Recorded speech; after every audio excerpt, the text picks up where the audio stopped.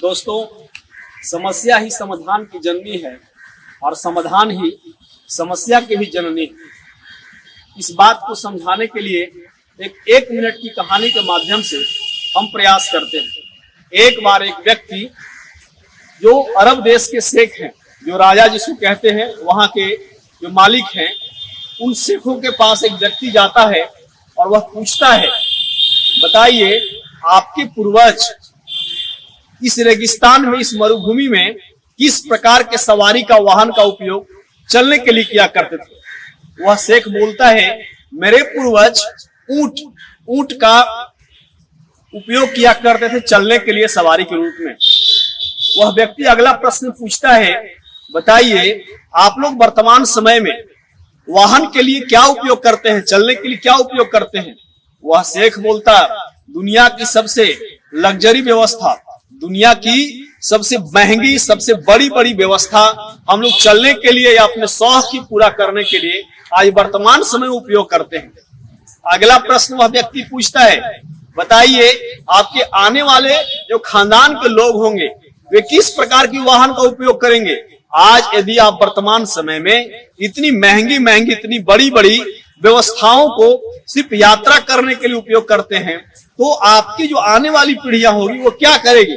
वह शेख बड़ा सुंदर जवाब देता है, मेरे आने वाली जो पीढ़ियां होगी वह फिर से ऊंट पर ही चलेगी।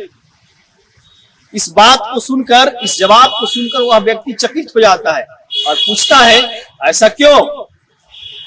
वह शेख जवाब देता है कि हमारे पूर्वज असुविधा में थे, अव्यवस्था में थे, लोगों ने संघर्ष किया, एक व्यवस्था का जन्म दे दिया और उसी व्यवस्था का परिणाम है कि आज हम लोग दुनिया के सबसे महंगी महंगी बाइक्स को, कार्स को, जहाज को, इत्यादि चीजों को हम लोग यात्रा करने के लिए उपयोग करते हैं।